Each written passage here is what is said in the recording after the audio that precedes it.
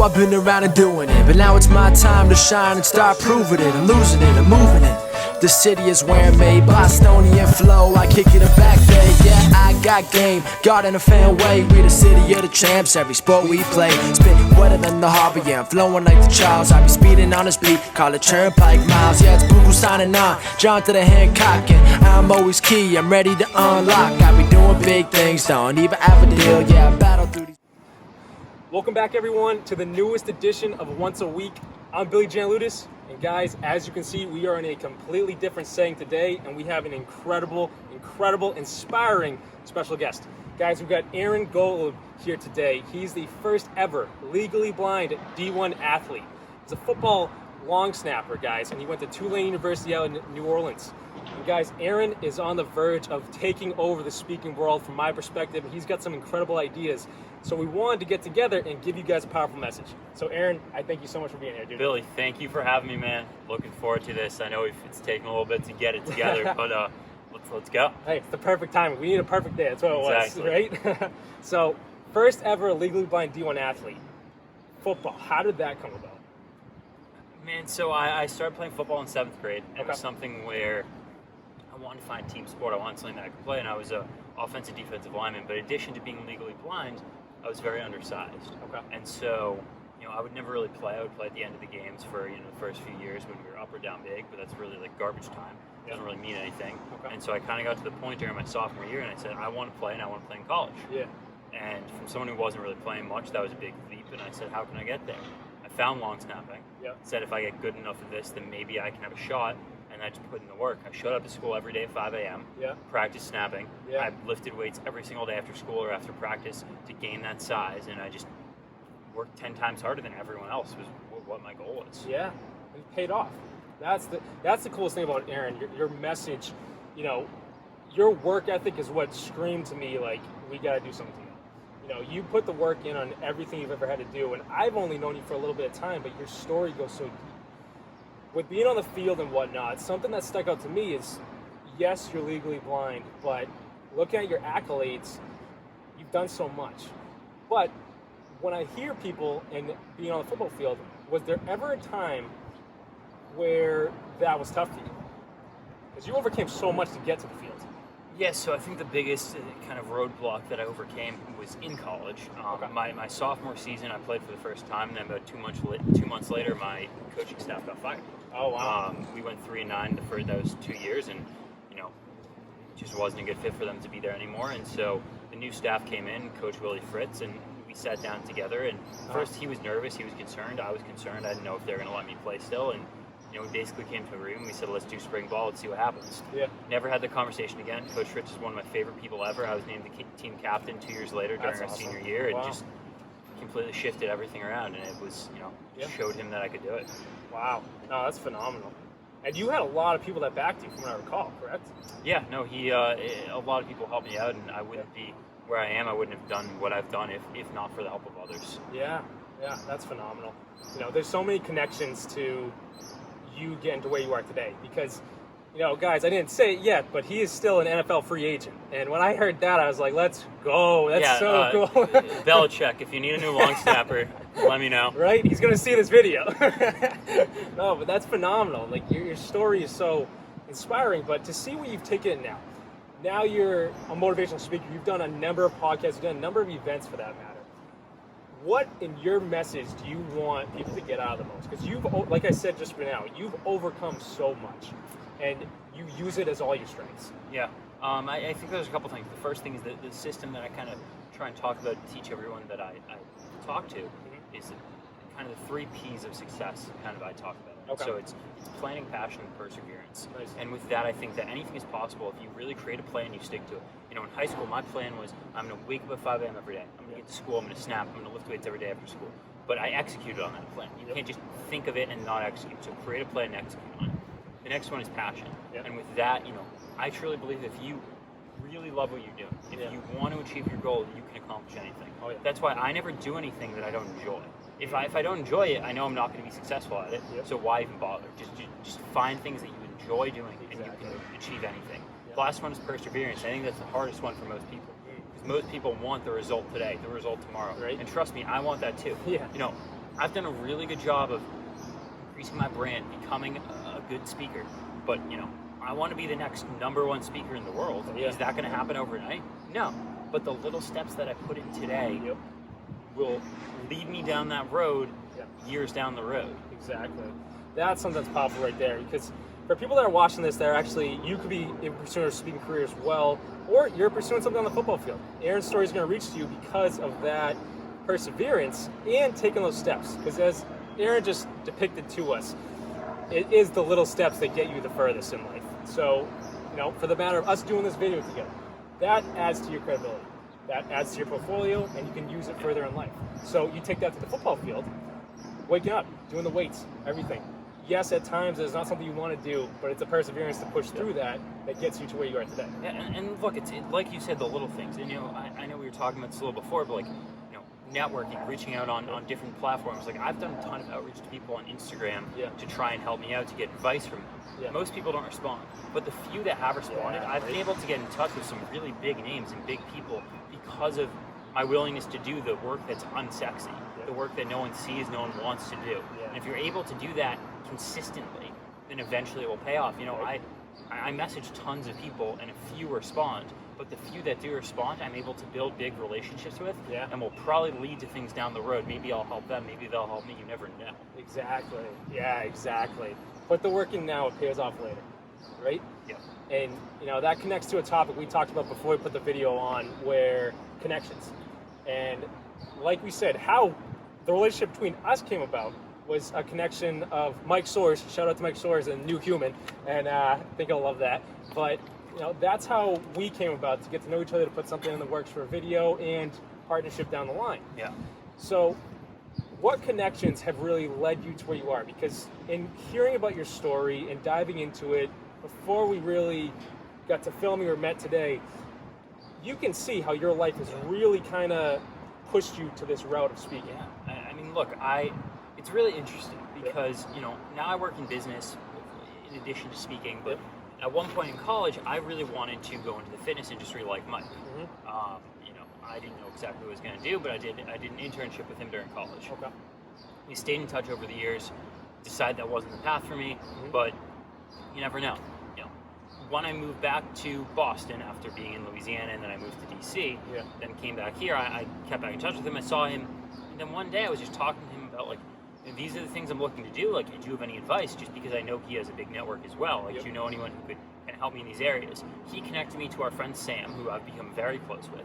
Because of that, I've been able to really grow my speaking in the last 7-8 months, more than I could have even imagined. And so it's really funny to think how that internship years ago was really a key factor in me becoming the speaker I am today. Exactly. Those are the pivotal moments that, if you're really not taking a step back and looking where your life has been or gone, you overlook it. And when you can really take that step and be like, hey, all right, let me see where things are at right now and what I've been through, you gain so much insight into where you're going by looking at your past, right? And just like you said, that one internship opened the doors down the line. And that comes back to the perseverance. Doing the stuff that you don't want to do now to be able to do what you want to do later. Yeah, and look, it's the same thing we were kind of talking before. I've connected with, there was one person I won't mention just in case, but I connected with who's a big name, and I explained the path to you of the people that he's really good friends with that I would like to be connected to. Now, I will never ask him to connect me to them. But if he ever wants me to speak at an event, I would love to do that. Maybe I'll have him speak at an event if I'm hosting something. You never know what will happen, and maybe I'll get connected to those other people that I want to. But building that relationship, I plan on staying in touch with him because you never know what will happen. Exactly, right? Exactly. That's phenomenal. I want to backtrack a second. When you were going over the P's that you really help people understand your speaking, one of the ones was based around being able to enjoy yourself and enjoy what you're doing. Dive more into that, because when I try to help people, I want them to grasp so much of that message, because I believe that you need to be in joy to enjoy your life, meaning INJOY, to enjoy your life. And if you're not enjoying your life, then you need to make the positive changes to help you find that happiness. And look, it's you really need to love what you're doing. You need to, I wouldn't even say necessarily love the process. I think tolerate the process. Because do you think that I want to be reaching out to people on a daily basis? No. Do Do you think that I wanted to do what I did in high school to get to where I was with football? I mean, even today, I wake up at 5 a.m. every day to work out because I know that that's necessary. My morning routine is necessary to get my day on the right foot, to get everything in the morning in the time that I have, to get my day off to the right start. But, I enjoy what I'm doing and I enjoy where I'm going, so I'm able to do those things. If I didn't enjoy the overall career of being a speaker, then I wouldn't want to do those little things. Exactly. I do the little things because I know that what I'm doing I enjoy and they will lead to further success. If I didn't enjoy being a speaker, if I didn't enjoy impacting other people and helping others, then there's no way I would go do those little things and do what I had to do to create that success. Yeah, exactly. Let me ask you this. With the amount of your past you just explained to us, what really sparked you to pursue keynote speaking, motivational speaking, inspirational speaking? Because your story with football, that's extremely inspirational. You've made history for yourself. You've networked, you've made the connections to where you have the option to pursue this even further.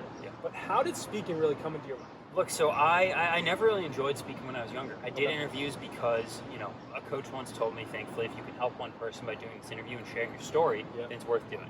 So senior year of high school, I was called by Good Morning America, and they wanted to fly me to New York and have me on after I committed to Tulane. I didn't want to do it. My coach told me that, and I said, okay, I'll do it. Because of that, I continued to do interviews through college because it was the right thing to do, because I could help others. I didn't want to do it. I wanted to play football. I wanted to be a college kid. I wanted to have fun.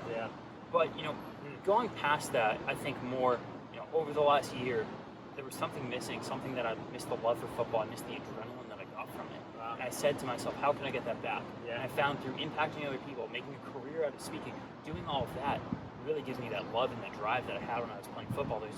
Trust me, there's no feeling like being on a field in a packed stadium and playing.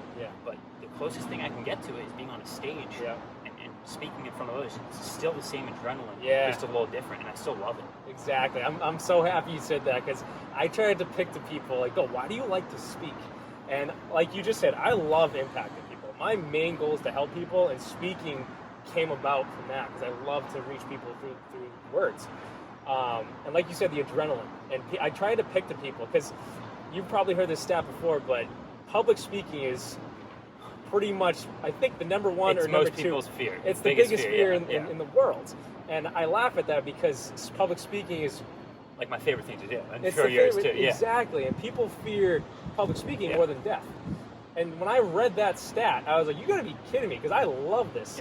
And people sit there and look at me and petrified when they're sitting like, what do you mean I have to speak or whatever? And I love it, but reaching people like that, you have no idea what one message could set someone off for in life. It inspires people. You never know what type of, direct message you'll get, email you'll get, whatever, you really impacted me because of this, thank you. You don't know, and it's so impactful, it's such a good time, and it's so much fun. And that's why, if I really can't fit in a speaking event, then I don't do it. But most of the time, I really try to do every podcast I get, every event I get, because A, I'm getting my name out. But, B, you never know who your message is going to help, who's going to really impact and affect. Exactly. That's phenomenal. No, that's exactly, you're meant to pursue speaking. And we've talked about that before we put the video on, but it shows even more now. And then, like, I come back to the adrenaline, like, that's something I used to love in grade school. I can't say that. I used to hate having to public speak in grade school, but I learned to love it because you feel so alive. When you get that jolt, you get that heat rush through your face, it's like, all right, we're here. And that's your opportunity to step into step into that fear, for that matter, and come out stronger, or to sit there and be like, I don't know what I'm supposed to do. And so even in school, I had to force myself to be a good speaker, because if we were doing a presentation, I can't read what's on the PowerPoint. So I had to memorize all of my PowerPoints and then be able to just speak it and just not look at the screen. Everyone would be like, how do you do that? It's just like, well, I don't have a choice. So I just learned to be a good speaker at a young age because that's what I had to do. Yeah, exactly. That's phenomenal. And I think that's honestly the biggest skill. I think that so many kids, there should be a course on speaking or something in school growing up. But I think that kids should learn when they do presentations to really do it by memorizing it and being genuine and not reading off the slides, because I think it makes a big difference. B, it sounds so much better, and C, it really will get rid of that fear. It will allow you to kind of step in a zone where you're uncomfortable. Exactly. Yeah, no, it's phenomenal. We got a siren coming by, guys, so we'll talk louder. But on that topic of kids being able to learn that and whatnot, and talking about that, you mentioned back in the day, PowerPoints, the actual aspect of public speaking was a weakness, and you had to teach yourself the strengths in that. And it comes back to a message that I heard you say on one of your podcasts, where you believe that it's a true blessing to you of being blind, because you've learned that. You've learned how to navigate that. Let's dive into that a little bit. So I think when I was younger, I struggled with it a lot. I think I, had hesitations. I had, oh, I can't drive, that sucks. So I can't do this, that sucks. But you know what? Realistically, when you think about it, what you do in life doesn't matter. Yeah. Because we're such a small part of this universe, and kind of the overarching area is being legally blind happened for me and not to me. Yeah. If you take the stance of a victim, if you take the stance of this happened to me, you're already setting yourself up for failure. You're already setting yourself behind, and nothing good's going to come of it. If you kind of set yourself up and say, this happened for me, this injury, this event, whatever it is, happened for me, you can create success. And so because of that, I've been able to pave the way for others in sports, in life, impact so many people by speaking. Whereas if I could see perfectly, I don't know, who knows what my life would be like. I don't know if I would have had the drive to play D1 football. Right. I probably wouldn't be a speaker. My life would be so much different. Who knows if it would have been better or worse, but I don't care.